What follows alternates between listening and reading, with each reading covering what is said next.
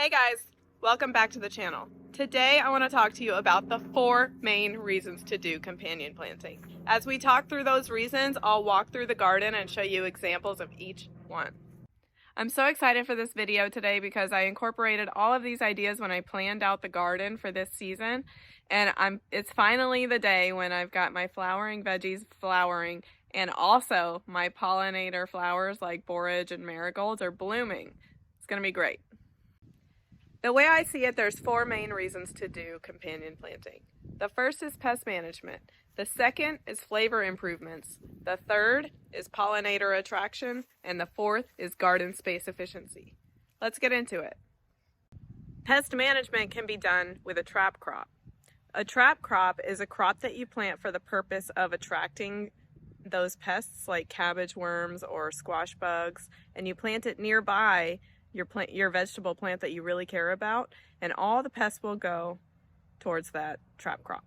So an example here in the garden is I've got borage right next to my butternut squash. All the squash bugs theoretically should go to the borage instead of my butternut squash. Here's another example of where I did that same concept. I've got my edible flower borage right next to my zucchini.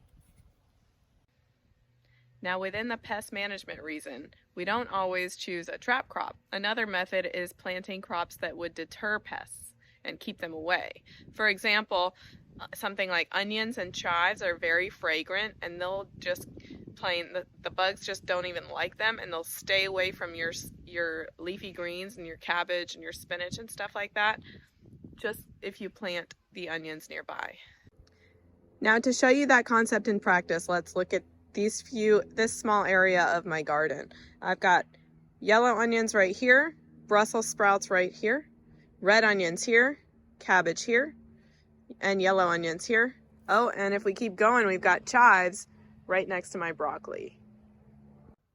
Reason number 2 is flavor improvements. This is almost always going to be using herbs. So think about things in the kitchen that you might cook together.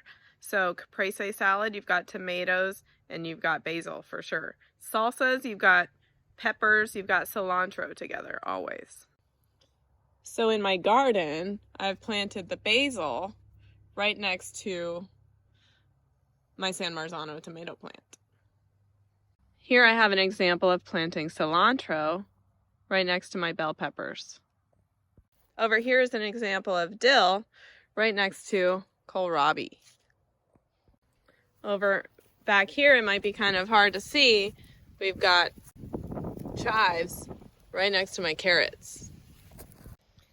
The third reason is pollinator attraction. So if you're planning on planting anything that flowers, like squash, tomato, cucumber, zucchini, all those types of plants, peppers, and eggplant, you're gonna need to plant flowers too. Those flowers will help bring in the bees and the butterflies to pollinate your flowers and help your plant create fruit. Your flowering vegetable plant cannot create those fruit without being pollinated. So right here we've got borage, a flower that bees really love, right next to zucchini, which is a flowering plant. Right here I have both zinnia and borage right next to flowering butternut squash. Planting for garden space efficiency is reason number 4. That can be done in a couple different ways. The first way you could do it is by using the knowledge of harvesting time to plant. So for example, you might realize that tomatoes and squashes, they take like 90 to 120 days to produce. So you could take advantage of that by planting something that's super short to harvest, like a radish, only needs 30 days. You could plant that right next to your tomatoes and get a harvest while you wait. The second way you could do that is, instead of thinking about harvesting time, think about root depth. So your lettuces and herbs have very shallow roots, so they're really well suited to put next to a root vegetable like a kohlrabi or a radish or a carrot or a turnip. Here would be an example of a shallow rooting item like a dill herb next to parsnips that obviously need more soil space. Here's another example where I have a root veggie, a radish, right next to green onions, which green onions barely have any bulb at all in the ground. They use most of the space above. One word of caution about companion planting. You have to consider how long it takes things to grow and whether you're actually going to get the benefit of that plant or not. For example, I was struggling this year with getting thyme and oregano and parsley to even germinate. And before I could even get it to germinate, like my other plants were already going. So I wasn't going to get that flavor improvement or that pest deterrent property from the herb that I was looking for. So in the end, I ended up buying some starter plants to help it catch up. But don't make the same mistake I did and think about how long those plants take, whether it's an herb germinating or whether you're waiting on a flower to bloom.